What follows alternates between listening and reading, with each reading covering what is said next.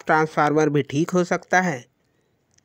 तो इस प्रकार से इसका सेकेंडरी वाइंडिंग ऑपरेशन करके ठीक किए जाते हैं ट्रांसफार्मर। सही ट्रांसफार्मर कुछ इस प्रकार से रीडिंग शो करता है। ये देखिए, यह ओके ट्रांसफार्मर है। कुछ इस प्रकार से इसके प्राइमरी और सेकेंडरी वाइंडिंग को चेक करके कंफर्म करने होते हैं कि ट्रांसफार्मर ख़राब हो चुका है या सही है। तो ये देखिए, यह इसका सेकेंडरी वाइंडिंग, इधर ही अक्सर खराबी आते हैं। हम पागल नहीं है भैया। सेकेंडरी वाइंडिंग ठीक हो जाने के बाद में कुछ इस प्रकार से इसे एसी रेंज पर रख करके लाइन में इस ट्रांसफार्मर को कंफर्मेशन चेकिंग कर सकते हैं। यह 3 वायर 12 0 12 का वायर होता है। बीच वाला 0 है, इसमें काला प्रोप को यहाँ पर रखें और इस नीले कलर के दोनों वायर पर हमें इसने 14 वोल्टेज मिलने चाहिए एसी में। नमस्कार दोस्त, आज का विषय है 12 वोल्टेज का बैटरी चार्जर बनाना। तो इसमें हमें कौन कौन से कंपोनेंट पार्ट्स की आवश्यकता होती है ये समझिए और देखिए, बहुत आसान हो सकता है आपके लिए इसे बनाना। तो इसके लिए हमें एक 2 एम्पियर का ट्रांसफार्मर और 2 डायोड और एक कंडेंसर 25 वोल्टेज और एक मेंस वायर की आवश्यकता होती है सामान्य तौर पे। और इस प्रकार के नए ट्रांसफार्मर को भी आप एक बार चेक करके देख लें वह सही है या नहीं। और इस मेंस वायर को हम इस ट्रांसफार्मर की, यह जो प्राइमरी सेक्शन है, इधर मेन एसी कोड लाइन यहाँ जोड़ते हैं कुछ इस प्रकार से और इसे टेप करके फिक्स कर देते हैं सबसे पहले, ठीक है। उसके बाद इसका जो एसी कोड पॉइंट है वहाँ पे इस ट्रांसफार्मर सप्लाई की कंटिन्यूटी चेक कर लेते हैं कंफर्म करने के लिए। इसके एक पॉइंट पर किसी भी प्रकार के एक ऑन ऑफ स्विच का भी इस्तेमाल किया जा सकता है, लेकिन हम इसे आपको डायरेक्ट ही बना करके दिखा रहे हैं और इसे फिक्स कर देते हैं। यह, जैसा कि मैं बताया, यह ट्रांसफार्मर जो है 2 एम्पियर का ट्रांसफार्मर है। 5408 का डायोड है। इसमें लगभग सभी प्रकार के डायोड का इस्तेमाल करके बनाया जाता है यह सर्किट, लेकिन हम 5408 वाले डायोड का सिलेक्शन इसके लिए किए हैं। वोल्टेज की डीसी सप्लाई चार्जर के लिए उपयोग किए जाते हैं और मैं इसमें वही 3 एम्पियर लेवल 50 से 60 हर्ट्ज जो लोड ले सकता है डायोड, जो कि 12 वोल्टेज के किसी भी चार्जेबल बैटरी को चार्जिंग कर सकता है। यह ट्रांसफार्मर इतना इसमें क्षमता है, लेकिन इससे जो है बड़ा वाला बैटरी 12 वोल्टेज का, उसे चार्जिंग ना करे, उसे नहीं कर पाएगा। और देखिए, इस प्रकार से ये जोड़ लेने के पश्चात में इसका सेकेंडरी वाइंडिंग इसमें मेन एसी लाइन में डाल करके एसी वोल्टेज 14 वोल्टेज 14.5 वोल्टेज के आसपास चेक कर लें, कंफर्म कर लें। अगर वह या आ रहा है इस पॉइंट पर तो ठीक है। उसके बाद में यह जो डायोड है इसे भी कंफर्म कर लें, इसका कैथोड और एनोड पॉइंट को, यह सही कंटिन्यूटी शो कर रहा है या सही नहीं है। ये देखिए, कुछ इस प्रकार से इसके कैथोड और एनोड पॉइंट पर 400 से 500 के अंदर में रीडिंग शो करता है। 300 से 500 के अंदर में रीडिंग शो करेगा। यह 400 लगभग रीडिंग शो कर रहा है, मतलब यह सही है। यह 5408 का डायोड है। तो हम इसके जो यह कैथोड और एनोड पॉइंट होता है, मेरे कहने का मतलब ये जिधर मार्क बने होते हैं सफ़ेद पट्टी, यह प्लस पॉइंट, और जिधर मार्क नहीं होते हैं वह होता है उसका माइनस पॉइंट। लेकिन यह उल्टा काम करता है। ये जो नीले कलर के 2 वायर हैं 12 0 12 के, यह 12 वाला पॉइंट होता है, ठीक है।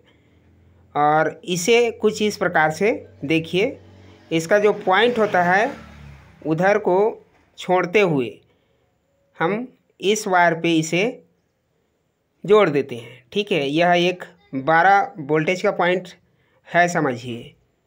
तो इसमें बहुत ही अच्छी तरीक़ा से इसे जोड़ने होते हैं ताकि यह आसानी से गर्म ना हो या छूटे ना, कुछ इस प्रकार से ही इसे जोड़ा जाता है। तो देखिए यह इसका एनोड पॉइंट पे जुड़ रहा है, ठीक है।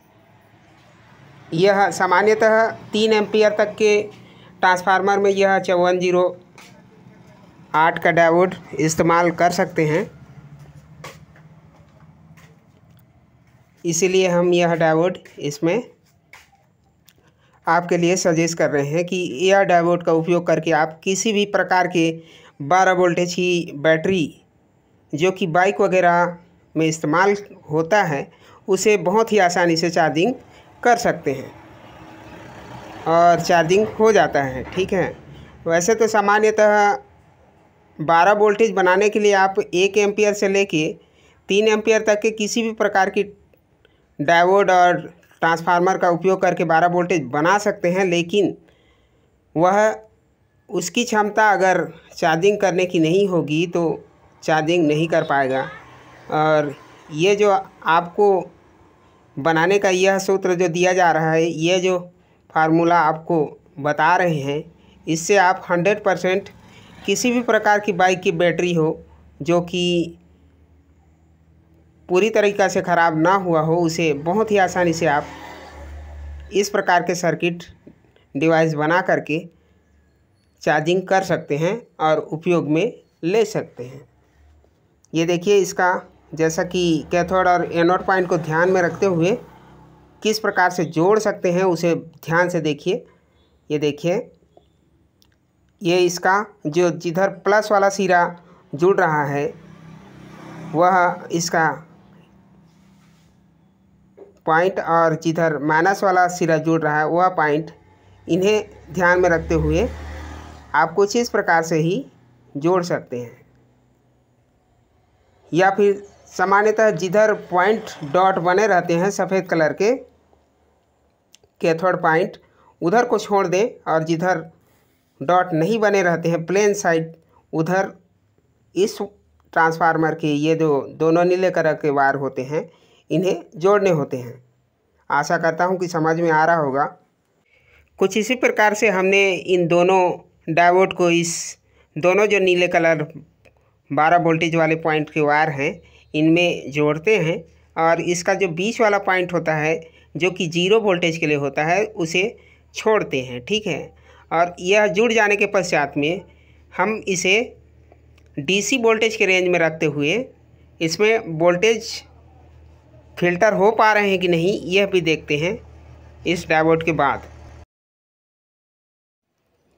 ये देखिए, हम 12 वोल्टेज के ये जो काला वाला पॉइंट है इसमें काले प्रोब को रखते हैं और इस डायोड के बाद भी ये देखिए वोल्टेज इसमें डीसी के रेंज में रखकर दिखाते हैं आपको। यहाँ अभी डीसी वोल्टेज पूरी तरीक़ा से शो नहीं करेगा क्योंकि इसमें अभी हम फिल्टर कैपेसिटर का इस्तेमाल नहीं किए हैं। यह डायोड का काम सामान्यतः किसी ऐसी वोल्टेज के लाइन में अगर लगाते हैं तो वोल्टेज करंट को थोड़ा सा क्योर करते हुए घटाता है, लेकिन खेद है कि यह ट्रांसफार्मर आवाज़ भी कर रहा है, इसमें वाइब्रेशन के साउंड ज़ोरदार आ रहे हैं। इसका मतलब यह ट्रांसफार्मर भी ख़राब हो चुका है, तो हम उसके जगह में इस ट्रांसफार्मर को रिप्लेस करते हैं और उसके आगे की जो प्रोसेस है उसे कंप्लीट आपको समझाते हैं। वह ट्रांसफार्मर वाइब्रेशन करते हुए आवाज़ कर रहा था जो कि करंट लोड नहीं ले पाएगा, इसीलिए हमने उस ट्रांसफार्मर को बदल दिया है, ठीक है। अब इसमें सेम प्रोसेस वही है जो हम इस ट्रांसफार्मर में किए थे, सेम प्रोसेस वही है, सेम ट्रांसफार्मर वही है। तो इसमें जो डायोड जोड़े थे उसमें डायोड जोड़ करके आगे की जो जांच है उसे आप समझिए। इस दूसरे ट्रांसफार्मर के पॉइंट पे आपको आगे की प्रक्रिया समझाते हैं, ठीक है। इसे निकाल देते हैं और यह जो नीचे पड़ा हुआ है यह सेम पावर सेम एम्पेयर का ट्रांसफार्मर है। जैसे कि इसे फास्ट फॉरवर्डिंग करके मैं इसे जोड़ लेते हैं कंप्लीट। ये देखिए हमने इसका मेन से एसी कोड जोड़ दिया है और इसके आउटपुट पर रिपीट आप पुनः समझ लीजिए। यह जो कैथोड और एनोड का पॉइंट होता है, यह डायोड जो है 5408 का डायोड है जो कि 3 एम्पियर तक के लोड लेने में सक्षम है, ठीक है। और ये ट्रांसफार्मर जो है 2 एम्पियर का ट्रांसफार्मर है और इसका यह जो 0 वाला पॉइंट और 12 वोल्टेज वाला पॉइंट होता है, ये तीनों वायर, ठीक है। ये तीनों वायर जो है इसमें हम इसके एनोड वाले पॉइंट पर इसके वायर को जो नीले कलर के हैं इन्हें जोड़ते हैं डायोड के एनोड वाले पॉइंट पर, ठीक है। और इधर कैथोड तरफ मतलब जिधर डॉट बना रहता है, ठीक है, उस पॉइंट को छोड़ते हुए जोड़ना होता है इसके पीछे साइड में, ठीक है। कुछ इस प्रकार से ये देखिए, अगर आप इसे उल्टा जोड़ देंगे तो यह काम नहीं करेगा। यह डायोड जो है एक तरफ से करंट को लेते हुए दूसरे तरफ फिल्टर करके कम करके उसका पावर जो है आउट करता है। इसका काम यही होता है और एक तरफ इसके आउट नहीं होते हैं। इसीलिए ये मान के चलिए कि जिधर इसका डॉट बना हुआ है उधर प्लस पॉइंट है इसका, और जिधर डॉट नहीं बना हुआ है वो माइनस पॉइंट है इसका, मतलब आर्थिन और फेज, ठीक है। तो जिधर डॉट बने होते हैं उधर फेज का पॉइंट होता है और जिधर डॉट नहीं बने होते हैं वह आर्थिन का पॉइंट होता है। तो आर्थिन के पॉइंट पे ही ट्रांसफार्मर के इस नीले कलर के वायर को जोड़ने होते हैं, ठीक है। और जब यह इस प्रकार से जुड़ जाए तो एक फिल्टर कैपेसिटर लेते हुए, चाहे वह 25 वोल्टेज का हो या 35 वोल्टेज का हो, लेकिन इससे कम का नहीं होना चाहिए, नहीं तो काम नहीं कर पाएगा, ठीक है। तो कुछ इस प्रकार से इन दोनों डायोड के दोनों डॉट वाले सिरे को इसके फिल्टर कैपेसिटर के प्लस पॉइंट पर जोड़ देते हैं। मतलब फिल्टर कैपेसिटर ये जो 35 वोल्टेज का कंडेंसर है, इसके जिधर डॉट बने हुए नहीं होते हैं उधर जोड़ना है इस डायोड के डॉट वाले पॉइंट को। समझ रहे हैं? कुछ इस प्रकार से ये देखिए, और इसे इस तरह से फिल्टर कैपेसिटर के जो ये बाहरी पोस्चर बॉडी पॉइंट है उस पर भी टच नहीं होने चाहिए। कुछ इस प्रकार से ही इन्हें जोड़ने होते हैं। और यह जो काला वाला वायर है इसे इस फिल्टर कैपेसिटर के माइनस वाले पॉइंट, मतलब जिधर डॉट बने रहते हैं उस वाले पॉइंट पे कुछ इस प्रकार से फिक्स करते हैं, ठीक है। ध्यान से देखिए नहीं तो काम नहीं करेगा, ठीक है। ये देखिए अब लाइट पे डाल करके इसका वोल्टेज जो है 14.2 ऐसी वोल्टेज आ रहे हैं। अब डीसी में ये देखिए, डीसी वोल्टेज पे चेक करके दिखाते हैं इसके प्लस वाले पॉइंट पर। ये देखिए 19.3, मतलब यह अभी लोड नहीं ले रहा है। जब हम इसमें चार्जिंग के लिए बैटरी कनेक्ट करेंगे तो यह 12 वोल्टेज 14 वोल्टेज के आसपास आ जाएगा। अभी इसमें 19.3 वोल्टेज शो हो रहे हैं, ठीक है।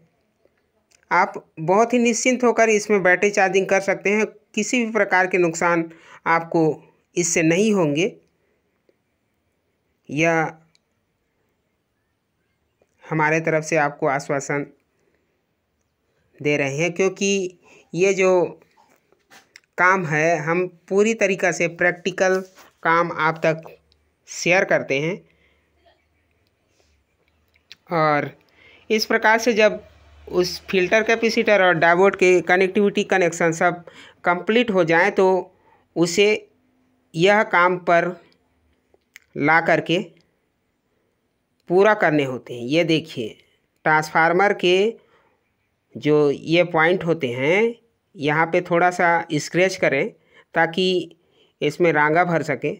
ये देखिए कुछ इस प्रकार से इसमें रांगा भरते हुए अब यह जो फिल्टर कैपेसिटर के जो माइनस वाले पॉइंट हैं इन्हें यहाँ पे कुछ इस प्रकार से लटका देते हैं। ठीक है, चिपका देते हैं।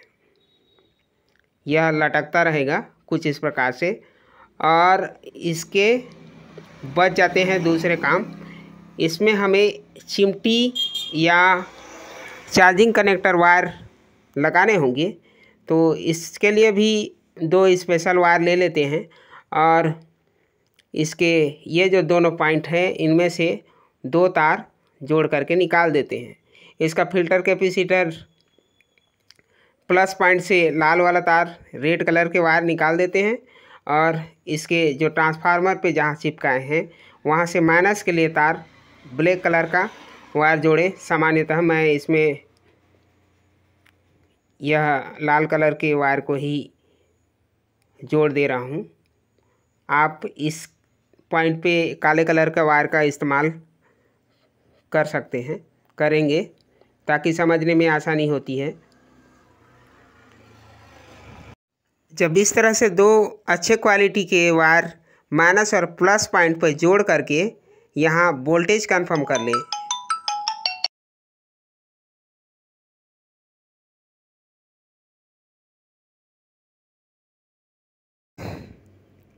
ये देखिए इसमें 19.23 वोल्टेज ये देखिए आ रहे हैं। मतलब यह वायर कनेक्शन भी सही तरीक़ा से करंट सप्लाई दे देगा।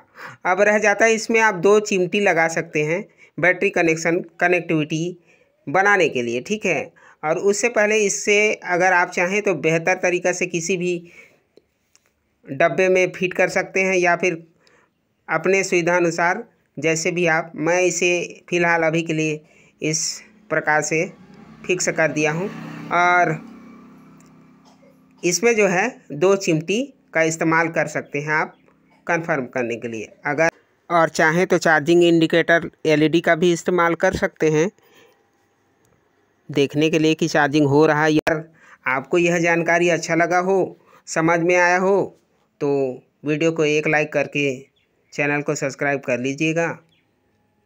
और अगर आपको यह कंटेंट पसंद नहीं आया हो या समझ में भी नहीं आया हो तो डिसलाइक ज़रूर कीजिएगा। ठीक है, ताकि हमें कुछ पता तो चले। और जैसा कि ये 2 वायर हैं रेड कलर के जो पॉइंट हैं उधर रेड कलर के चिमटी का प्रयोग करें और ब्लैक कलर के जो पॉइंट हैं उधर ब्लैक कलर का चिमटी प्रयोग करें। ये देखिए बाइक की बैटरी सामान्यतः अगर हिलाने डुलाने से कड़कड़ कड़कड़ की आवाज़ अंदर से आती है तो वह बैटरी चार्ज नहीं हो पाएंगे। और जो बैटरी कुछ इस प्रकार से वोल्टेज कुछ बचे हुए स्टोर रहते हैं वह बैटरी 100% इस ट्रांसफार्मर से चार्ज हो जाएगा, यह आप भरोसा कर सकते हैं। ये देखिए कुछ इस प्रकार से इसे कनेक्शन अच्छी तरीक़ा से साफ़ करते हुए जोड़ें और इसे सामान्यतः 3 से 4 घंटा तक चार्जिंग करें। इससे आपको 100% इसका रिजल्ट पता चल जाएगा। दिमाग खराब है, हमें देख के उठता यही सवाल है। आपने हमारे इस वीडियो को पूरा देखा, इसके लिए तहे दिल से आभारी हैं हम आपके। हो सकता है तो लाइक सब्सक्राइब कर लीजिए।